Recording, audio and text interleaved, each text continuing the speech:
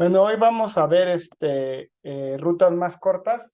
Pensé, la verdad, en ya no dar esta última clase porque es la primera de más clases sobre rutas más cortas. Solo me va a dar tiempo de ver un caso particular de rutas más cortas, pero bueno, lo doy en el siguiente curso. Dije, bueno, pues de todas maneras se queda grabado. Entonces, ¿qué es rutas más cortas? Pues tienen una gráfica, ¿no? Por ejemplo, pueden pensar con pesos en las aristas, pueden pensar pueden pensar en una red de caminos, es como lo más fácil, ¿no? Y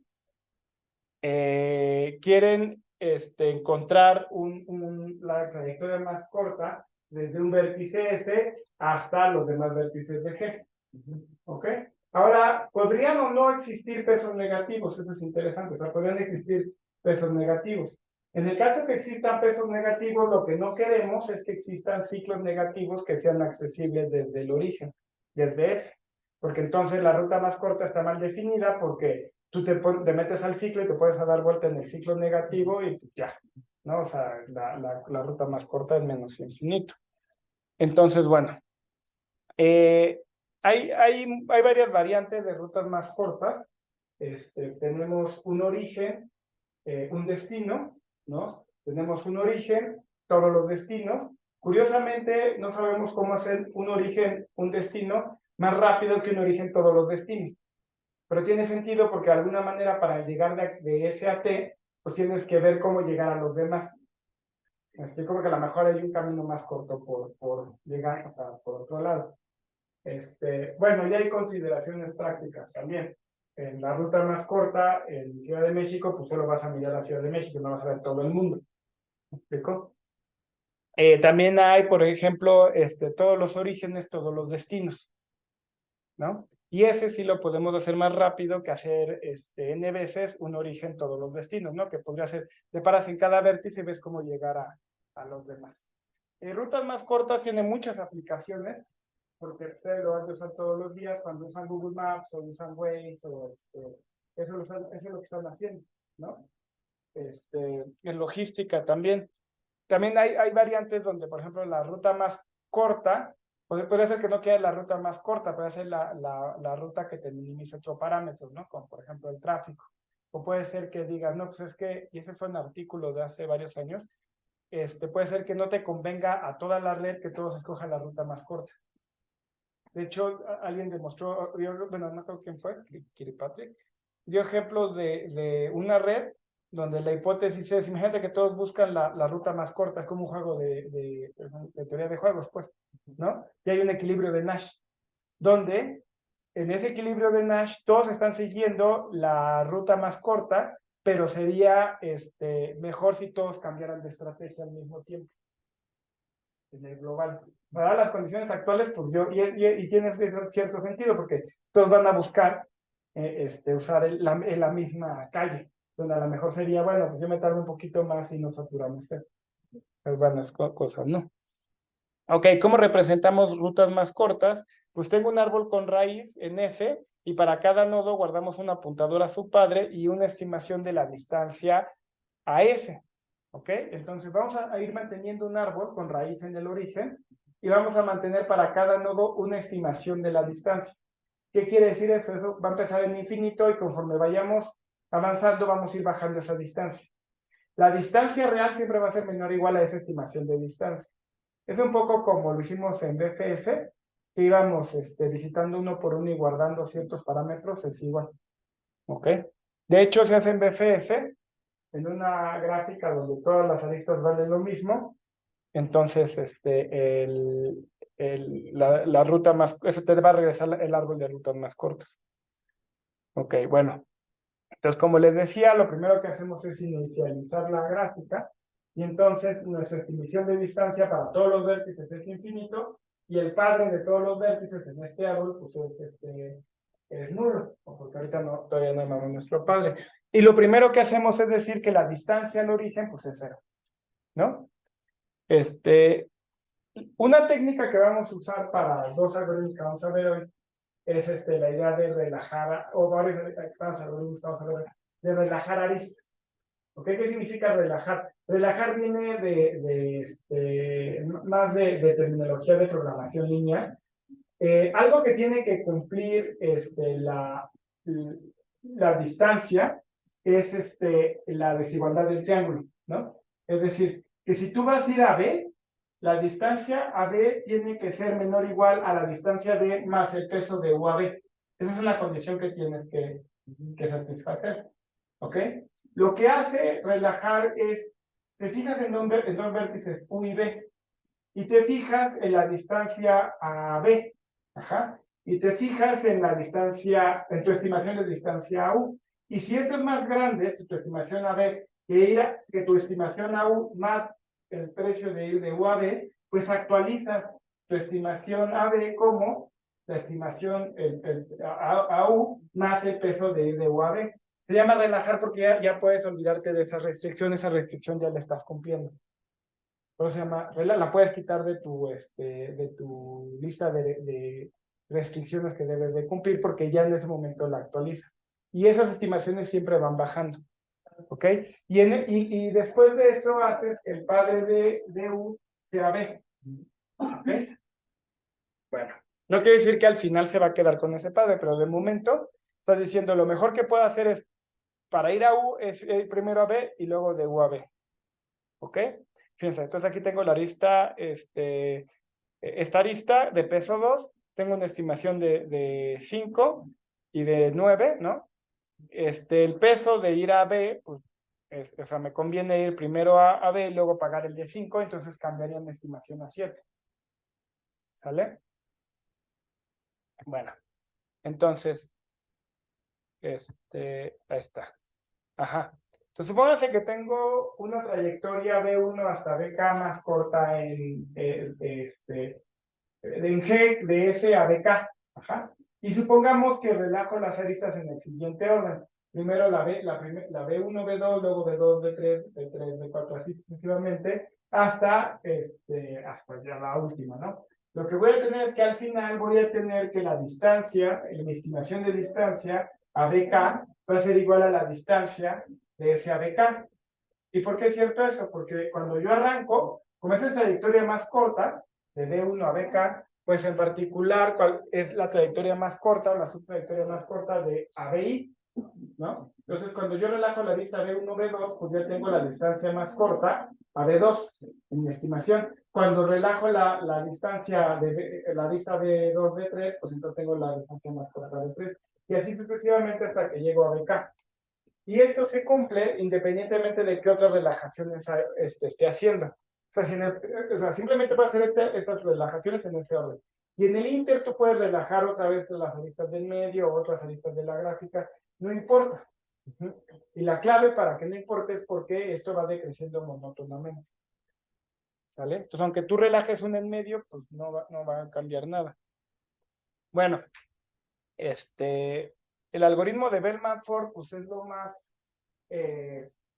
un burdo, entre comillas, que se te podría ocurrir, que es relaja todas las aristas el número suficientemente de veces y va a funcionar, ¿no? O sea, si yo ya sé que relajando estas aristas en la trayectoria más larga, en el orden primero esta y luego esta, pues qué tal si relajo todas las aristas, ¿no?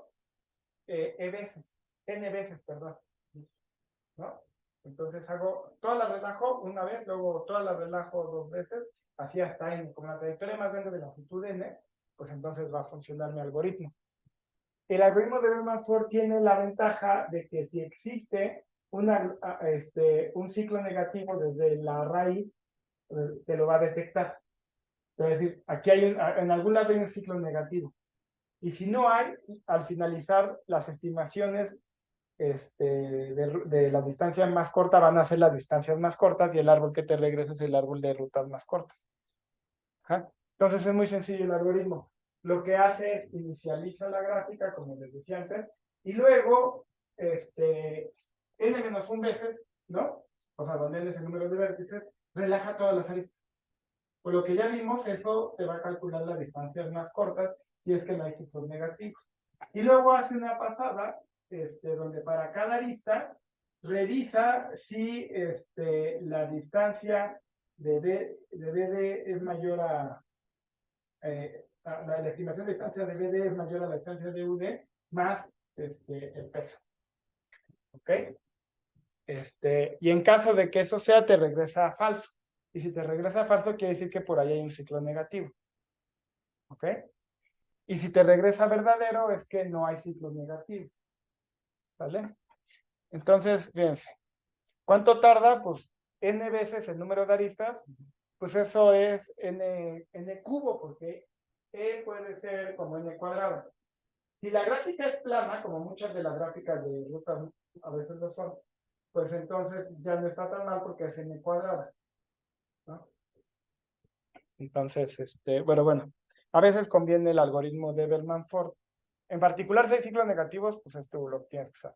Y si la gráfica es muy rala, pues también te conviene, o sea, tiene pocas aristas. Si es poco densa, pues.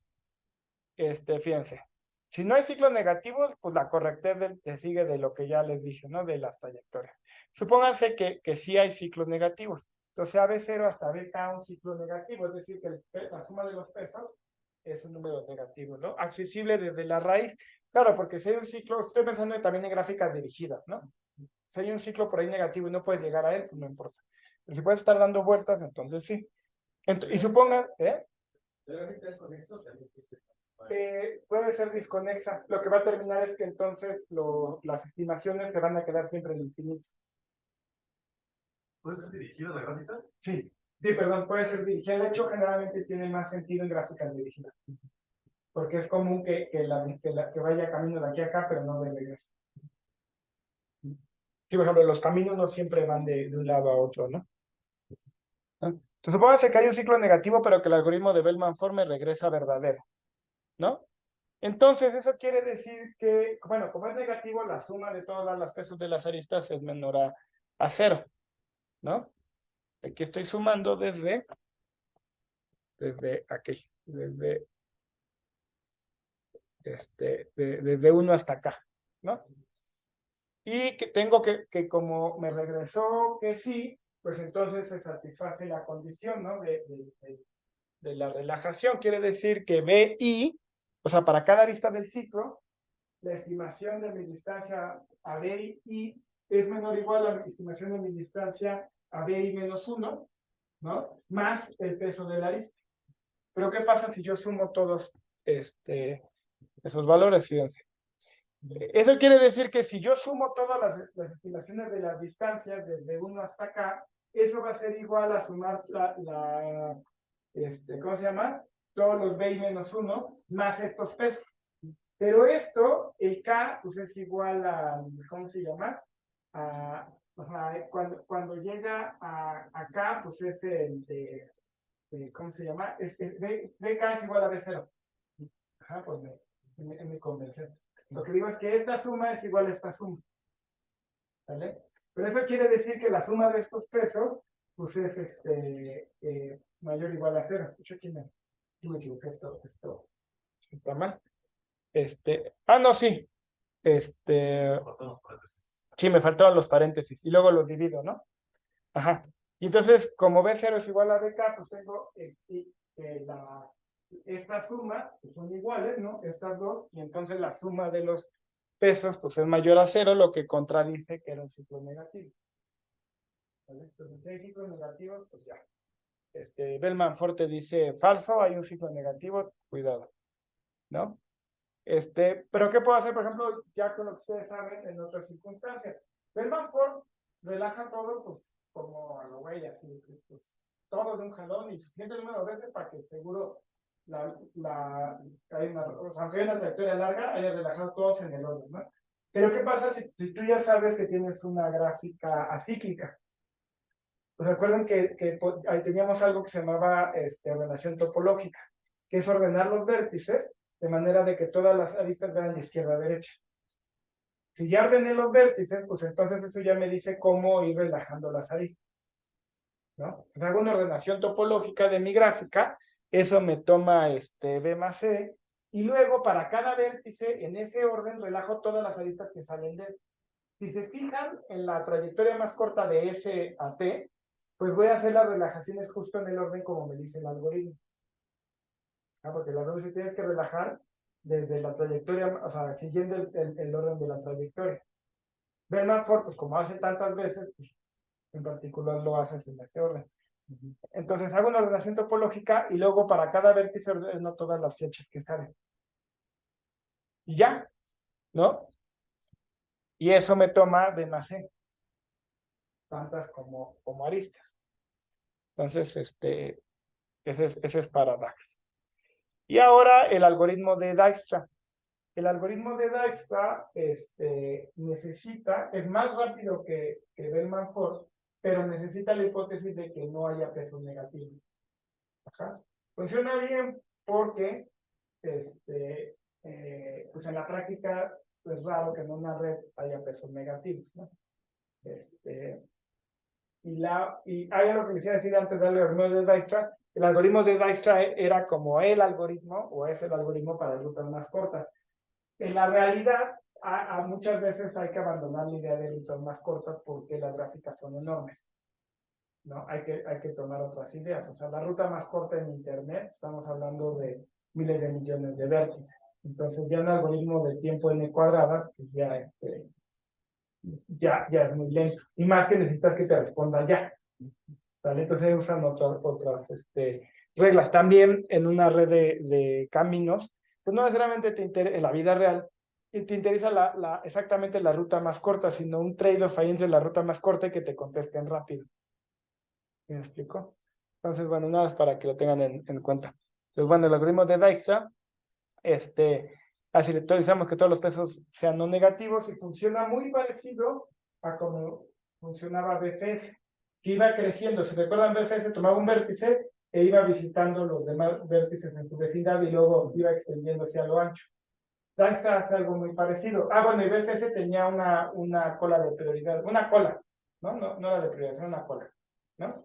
Entonces, conforme ibas encontrando nuevos vecinos de los vértices que ibas visitando, los añadías a la cola, ¿no?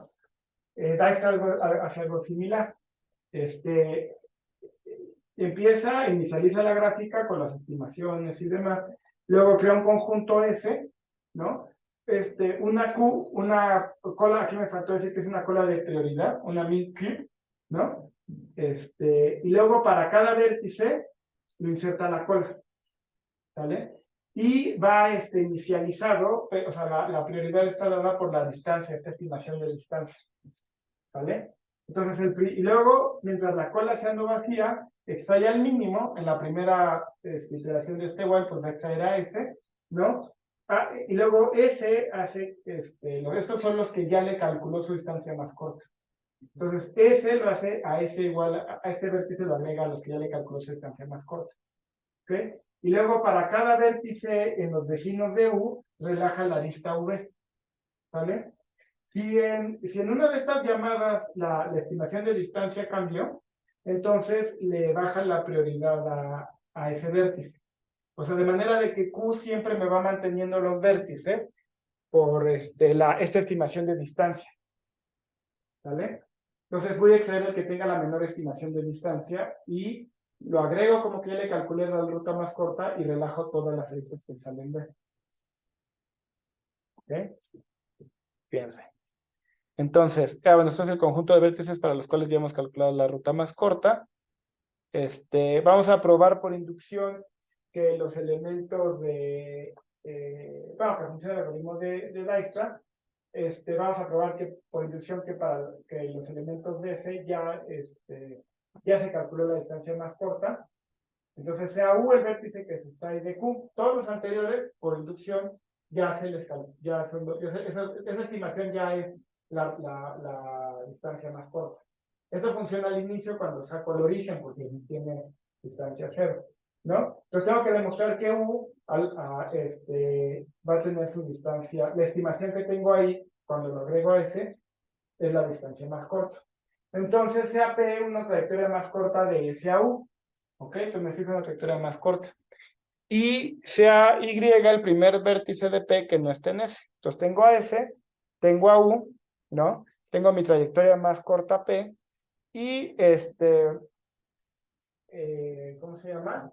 Pues a lo mejor uno de estos vértices no está en S, ¿no? De particular 1 está, me tomo el primero en la trayectoria que no esté, y me tomo a su antecesor en la trayectoria. Su antecesor en la trayectoria, pues ese sí está, ¿no?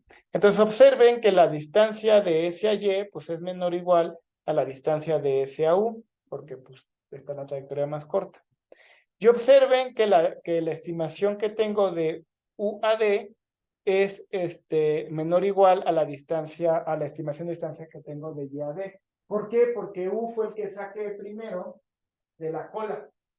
Lo saqué antes que Y. ¿Sale? Y observen que la estimación de distancia a X es igual a la distancia de S a X, porque X está en S, ¿no? Y ¿qué? Ah, sí. Observen también que en el momento en el que metí a S, a X, a S, relajé todas las aristas que salían de él. Ajá. En ese momento la estimación de su distancia ya coincidía con su distancia S. Al momento de relajar, YD lo tuve que haber bajado precisamente a la distancia de S a Y. En el momento en el que S lo agregué, a X lo agregué a S. ¿Vale? Y entonces, pues ya juntando todo, tengo que DS, la distancia de S a Y es menor o igual a la distancia de S a U, que a su vez es menor o igual a la distancia de U a D, que a su vez es menor o igual a YD, ¿no? Pero, que YD es igual a DSY, pues entonces todo esto se colapsa, ¿no? O sea, esa desigualdad por izquierda y la derecha es lo mismo, entonces estas son igualdades, y tengo que DS de U es igual a UD. ¿Ok? Y entonces eso es el algoritmo de Dijkstra, correcto. Bueno, ¿cuánto me cuesta? Ah, pues me cuesta inicializar ODB, ¿no? Luego, todo esto de extraer y demás, pues cada vértice lo extraigo una vez, ya sabemos que extracciones me toman logaritmo de B, ¿no? El número de veces que relajo cada arista es exactamente 1, entonces es ODE, y el número de veces que llamo a Dikrisky cada vez que le bajo la prioridad es el log B. Entonces el algoritmo de Dijkstra me toma B más E por logaritmo de B. Pero ya habíamos hablado, ¿cuándo fue? ¿Me acuerdo cuándo les dije? De las heaps de Fibonacci. Les platiqué que existían, pero ya no les dije cómo son. Las heaps de Fibonacci tienen la propiedad de que extraer mínimo te sigue costando logarítmico, pero bajar llaves te cuesta tiempo constante. Y tiempo constante amortizado. Entonces, cuando tienes una circunstancia donde estás bajando prioridades mucho, ¿no? Te conviene usar una Fibonacci, una de Fibonacci. Y si lo usas, pues ya puedes bajar el tiempo a B log B más el número de aristas. ¿Ok? Entonces es difícil ganarle al algoritmo de Dijkstra, o sea, ya es básicamente tienes que ver todas las aristas para asegurarte de que no hay una ruta más corta y pues estás pagando por cada vértice un precio logarítmico. Entonces, fue como el estándar, pero luego la realidad no se usa tanto. Además, en la realidad hay cosas que, como por ejemplo que la red es dinámica, las redes de la vida real no son estáticas. Es decir, de repente una arista puede ser cortada, ¿no? Como por ejemplo puede haber una marcha y cortarte la arista. Y a lo mejor sí. El tráfico también cambia. Exacto, los pesos van cambiando. De hecho, hace años que estaba haciendo, no me acuerdo que no lo estaba haciendo, pero necesitaba un algoritmo para, ¿qué pasa si tú tomas una gráfica y le quitas una arista? ¿No? Y recalcula rutas más cortas. Claro, sí se podía hacer eso más rápido que empezar de cero. Ahora, ¿qué pasa si le metes una arista? Se puede hacer eso más rápido que empezar de cero. Pero no había algoritmo que soportara las dos operaciones al mismo tiempo. O sea, que tanto metieras como agregaras, todas tenías que empezar de cero. Y bueno, eso es ya lo que tenía para hoy.